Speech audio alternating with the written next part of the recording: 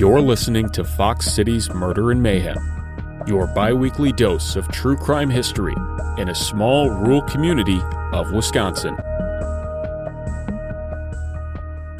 Hey everybody, welcome back to another episode of Fox City's Murder and Mayhem. I'm Eric. I'm Gavin.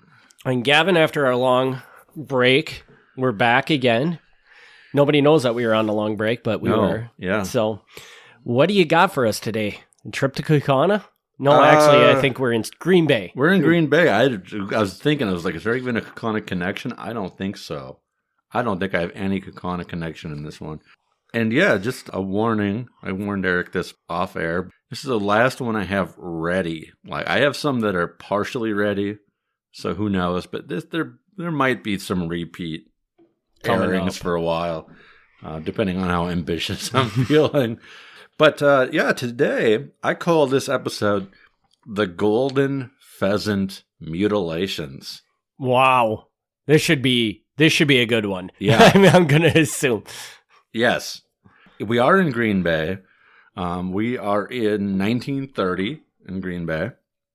I don't know how many people know this story. Like, it was completely new to me. I had never heard this story. And this is also pulled from that book by the cop in Green Bay? Correct. Okay. Yep. This comes from True Crime in Titletown, USA by Tracy Ertl and Mike Knetzger. I basically ripped them off. I took the cases out of their book and I made obviously theirs go into a lot more detail. I made the short version of them. So if you're interested in these, definitely check that book out. In this one, I put this at the end of this episode, but I'll throw it in right now. I did take issue with their book on this case because they threw in some conversations between one of the victims and her killer, and I don't like when that happens in books. Maybe other people don't care. Maybe that's like a thing people enjoy. I don't. Because this didn't happen. We don't know who the killer was. Not to give away the episode, but we don't know who the killer was. So like throwing in these like made up conversations about what could have happened between her and the killer. I guess it's fun to think about. We don't know that. Weird. So, and they only did it in this story, like they didn't do it in the other ones? I don't remember them doing it. Like, it wasn't as noticeable if they did. And this is a common thing. Like, you don't see it as much anymore, but books used to do this. And you see this a lot in, like, old mafia books where they'll have characters having conversations. And none of these conversations happened, but they're like, oh, a secret meeting happened. Let's have these two guys talk. And, maybe that's what happened. Probably not. And that bothers me, to throw stuff like that into what's otherwise like historically accurate. Because I think that confuses some people.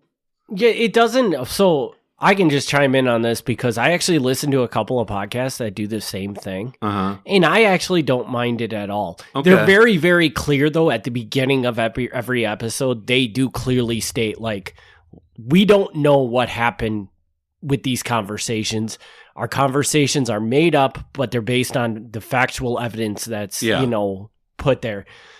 But yeah, that doesn't really bother me. And I do think it adds an element to the podcast. Yeah. Like I said, people might like that. And I do think it can make for a better story. I just don't personally care for it because it then, in some cases, it will lead the reader or listener to making assumptions or thinking like, oh, well, maybe this is what happened, when like you don't know. That's just me. So I remove all that. When I see fake conversations, I do not keep any of that stuff. And I can see why that bothers you, because you're very much about what the evidence shows me, not trying to add any speculation into it whatsoever, just what the evidence shows. Yeah, and this is rare, but I've seen it, where a historical book, a true crime book, whatever, will reference previous books as though it was real. And I don't know how this happens. Like, if the writer is like dumb or something, But they'll be like, oh, this conversation. I'm like, no, you just cited a fake conversation. Like, how do you not know? But whatever. Okay, that's all beside the point because I removed it. It's not in here. It's not in here. All right. Peter Van Vagel was twice the sheriff of Brown County, which is, people who don't know, is Green Bay. Twice the sheriff? Does that mean like... He was elected twice. Okay, so 2 terms. With wife Antoinette, they had several children, including John Peter Van Vagel, known as Jack Van Vagel, who was born in October 1893. Jack's early life seemed to be going all right. He was married. He had a child. But then in 1916, when he was 22 years old, his wife and child died of influenza, of the flu. That sent him into a world of sadness where he no longer wanted to be involved with people. He said, my wife and child are dead. I don't want any more wives and children. I'm done. Mm-hmm. So this was an early tragedy in his life. He instead threw himself into establishing businesses. He helped his younger brother, Walter, establish a quote-unquote soft drink parlor at 1215 Main Street in Green Bay. If I'm not being clear about that, soft drink parlor typically means a bar, but we call it soft drink parlor because during Prohibition times, you can't call it a bar. Jack opened his own place called Van's Saloon at the northeast corner of George and Main. I'm not super familiar with Green Bay. People know where George and Main is, then they'll know. Jack later left Van's Saloon and moved to the edge of town, 2 miles east of Green Bay on Highway 78, which is not Highway 78 anymore. Now it's 57, but it was 78 at the time. It was he opened the Golden Pheasant Inn. It was just a roadhouse known for its hamburgers, chicken dinners, and slot machines. Oh, man, so Golden Pheasant is just the name of a bar? Yeah. I thought this was going to be a really interesting story based off that. But now it's just the name of a cleverly named bar. Disappointed. Although his place was in the same neighborhood as well-known brothels, including Happy Hanson's and Ma Pier's, it was not itself one of those places. It may have been too well known for its slot machines because the machines were targeted by burglars more than once. After a long time of being a widower, Jack met young Lucille, who became his girlfriend and waitress. Lucille had previously been married to a man named Frank when she was 16 years old, and they had a daughter, Betty Jane. Frank was a machinist and found he could triple his salary by moving over state lines into Illinois. For whatever reason, Lucille couldn't accept the idea of moving to Illinois, so the couple separated, and she could stay in Wisconsin. They were not close friends after the split, but Frank never stopped loving Lucille and would do anything for her or their daughter. When Lucille moved in with Jack in Green Bay, her daughter Betty Jane went to live with Lucille's parents. Is this all clear so far? Yep. Okay. On the night of May 18th, 1930, Jack Van Vagel, now 36, and his girlfriend Lucille, age 24, were killed in their sleep at the Golden Pheasant Roadhouse. Jack was attacked first. The wounds suggested the weapons used were a corn sickle, an axe, and an axe handle. Wow. His face was pulverized, mashed right into his skull, and slashed many times in a haphazard way. Lucille met the same fate, but apparently woke up because her arms showed extensive defense wounds. The walls were splashed with blood, much of it probably Lucille's, because she had woken up and was moving around more. The next day, a number of people came by. Some of them were customers, some of them were delivery men, and they found it odd that the building was locked. Not that it would be unusual for them to be closed. Jack's car was parked outside. He seemed to be in. It wasn't quite mysterious enough to alert the police. They thought, well, maybe he just wants a day off. Everybody can have a day off. Another day passed, and a neighbor, Mrs. William Debrew, became concerned. She sent her 9-year-old son Martin over to peep in the windows. You know, like you do. Martin wasn't sure exactly what he saw, but he knew it wasn't good. Blood was splashed on the bedroom's white walls, and someone had obviously been injured very badly. Quote, "We were all shocked. Jack never had any enemies," said his friend Eddie Bodart, a former city alderman. Green Bay detective Otto Krantz said, "It was messy, all right. Killing 2 people like that, there had to be a cause. There was speculation that it was a robbery gone wrong, especially because 2 slot machines were found smashed open. The cash register had a $20 bill inside, but the coins were missing. The violence suggested a more personal connection. Police said it was possible the killer knew Lucille and wanted her to see Jack die before she was killed."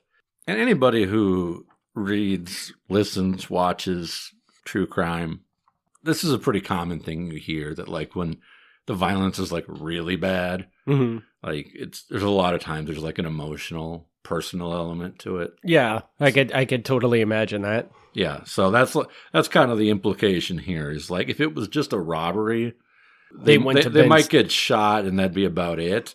You're not going to like beat them to the point that you don't recognize their face anymore. It's not proof, but it does kind of suggest that there was a real personal anger there. Checking the building, a basement door to the outside was found unlocked, while the ground floor entrance was blocked from the outside by a piece of wood. According to Jack's nephew, the police did not secure the scene very fast, and people flooded into the restaurant to steal souvenirs. You know, like you do. So basically they heard that there was a killing here, so they all went there and tried to steal everything? Yeah. Basically? Yeah. Okay. You know how it is. You know how it is when... I can't really relate. When somebody's murdered, you run in and you start grabbing stuff. Yeah. I mean, maybe people do that. I personally do not do that. I tend to stay away from those places. I think they do a better job now of kind of blocking things like that. But 2 doctors conducted the autopsies. They said so deep were the wounds that they resembled the tearing discharge of a load of buckshot, which it wasn't. I mean, this was an axe and like an axe handle and just... Yeah, but I mean, they were beat so bad it looked like they got blown by a shotgun. I mean, so it was pretty serious. It sounds just terrible. Yeah. Who's the prime suspect here? Lucille's ex-husband, Frank. So he's brought up from Milwaukee. With no clear leads, they thought they'd look into him. You know, of course, there's the motive of jealousy. But he couldn't be connected to the crime, and actually his alibi was solid. Furthermore, the restaurant's other waitress, a woman named Irene, had never even seen Frank before, so it wasn't like he had ever like staked the place out or anything. Van Vegel's funeral was held at St. Willibrod's Catholic Church and was well attended, with many family friends and curious locals. Months later, accused crooks Bernard Coy and W.G. Foss were in a cell together in Sturgeon Bay, up in Door County. Coy told Foss that a man named Thomas Donnelly had been Lucille's boyfriend and killed her out of jealousy. Coy said Donnelly used a hatchet, but immediately regretted killing his quote-unquote angel. Coy had met Donnelly in a jail cell where Donnelly frequently had nightmares and would call out Lucille's name. By an incredible coincidence, Donnelly tells the story to Coy, Coy tells the story to Foss. Foss is transferred to Sheboygan's jail, and he's put in a cell next to Thomas Donnelly. Weird. Although Donnelly was there booked under another name, the name Jim McGilth. They were in jail together for 2 weeks, and Donnelly then apparently told Foss that he was wanted for a murder in Green Bay. Later, when Foss told authorities, Donnelly denied it, like you do, and Coy denied ever even telling Foss this story in the first place. The sheriff questioned Donnelly and believed that he could be the killer, but the solid evidence was lacking. Nobody could actually place Donnelly at the Golden Pheasant. How much any of that is true, I don't know, because everybody denied it as soon as they were called out on it. And I'm sure that this murder is going to go unsolved, isn't it? Oh, yeah. Yeah. Oh, yeah. Despite being the site of a grisly double murder, the building continued to be a restaurant. For a while, it was Don Quixote's Supper Club. Then it was purchased by Peter Lee in 1974, who turned it into a Chinese restaurant. For years, Peter Lee saw and heard strange things, glasses breaking, and a woman talking on a telephone that wasn't there. They requested David Ray of Nina to come in and conduct a seance in 1990. David Ray, the psychic, saw Lucille crying out for the killer to stop. Using automatic writing, he asked people present, this was sort of publicly done where people could come in and watch him work. He asked those present to ask questions. Through the automatic writing, he was told that the weapon was a corn knife and the killer was an itinerant farm laborer that Lucille knew. The writing said the killer died in 1942 in a car accident outside of Chicago. A woman in the room had a vision of a man with a dark beard and a big nose. Ray was deeply bothered by what he saw and soon stopped conducting seances altogether. He told the press, "I never wanted to do that again." And for people who don't know what automatic writing is, it's exactly what it sounds like. It's like you hold a pen over a piece of paper and you kind of let whatever move your hand around, similar to a Ouija board type thing. Mm-hmm. And I'm sure I've said this before. I'll be completely honest. I think a lot of this sounds like nonsense. Yes. But that's what happened. And really the only thing here that's accurate was that the weapon was a corn knife.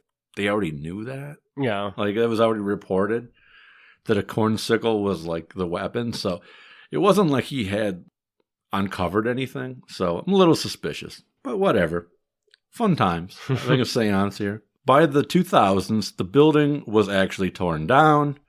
And today the site is a strip mall at the northeast corner of University and Dan's. It's across the street from Walgreens. Lucille's husband Frank passed away in Milwaukee in 1969. Their daughter Betty Jane grew up, got married, and she passed away in 2004. Not solved. Not solved. Not really. I mean, brutal murder, but really not much to it other than that it was just... No, not a lot of weird twists and turns like some of our stories. Definitely really serious. This isn't just... It could have been a robbery gone wrong, a burglary gone wrong, whatever. But it seems like something more. Yeah. And it's just so weird that they couldn't make any real connections, really, from the sounds of it, to who could have done it. It's that kind of anger, you think somebody would know about it. Yeah. I'll speak to that a little bit. That's what I was talking about in the beginning, where they have they threw in these conversations. Mm-hmm. In the fake conversations, they talk about a customer who would come in and would order food and whatever, and he would flirt with Lucille, and apparently his flirting grew over time, and she had to kind of be like, "Hey, I'm dating the owner. You can flirt a little, but chill." Mm-hmm. But I don't know where they got that from. There's nothing that was not in the police suspecting anybody, which is why I don't really care for that fake conversation. You couldn't find it. It's a theory that somebody came in and grew an obsession with Lucille and things went horribly wrong. And it's certainly possible. I could see that. It's just a complete speculation on the part of the authors. There wasn't a guy that anybody suspected. So, and I almost wonder if there is no evidence that that's what happened. I almost wonder if they just wrote that in there, because without it, it probably wasn't as good of a story. because there's really no, you couldn't really even talk about very much investigation because it sounds like there was just no leads whatsoever on who could have done this. No. And no, it seems like the police really felt that the target was Lucille. And Jack just happened to be, they had to get rid of Jack. If Lucille was the target and it wasn't her husband, it clearly makes sense that it's like a jealous boyfriend or somebody who wanted to be a boyfriend. I get where the authors are coming from. Like, that's certainly a reasonable speculation. They didn't get that from anywhere. Yeah. At least as far as you could find. As far as I know, right. My understanding, I could be very wrong, but my understanding is this police file is destroyed. It does not exist. So there could have been something in there at some point in time. Well, it could have been, but by the time they wrote the book, it was gone. It was probably already gone. So yeah, interesting. Well, another sad unsolved murder. Yeah, you need to find one that's actually solved. So that you want a solved murder? I don't know. I mean, the next one that I want to do is the train derailment. That's solved. In where? In Wyoming. Not the kind of recent one? Yeah, the kind of recent one. Really? Yeah. Oh, okay. That'll be cool. Yeah, I wanted to do that story. Spoiler for everybody. But generally we have, well, at least I have, like the 50-year rule. That one I don't care about the 50-year rule because it isn't like I'm going to say anything bad about anybody. Mm.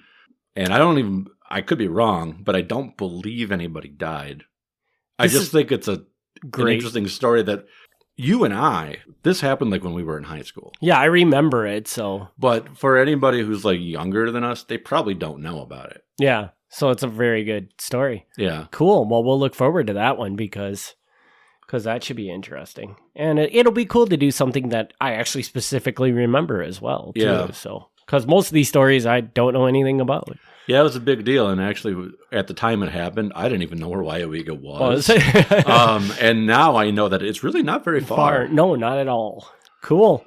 All right. Well, we can't promise that one will be next week or in 2 weeks, probably within the next month. Will most likely be the next story, but there might be a rerun in between. The between. So to allow Gavin to get a hold of it. So yeah. All right. Well, cool. Then we can wrap this episode up unless you got anything else you want to add in, Gavin? No, not really. I guess as far as this story goes, if anybody has any information, obviously I don't think we're going to solve it, but if you're like, a family member and you have some other piece of information, if you want to reach out, I mean, I'm interested. Yeah.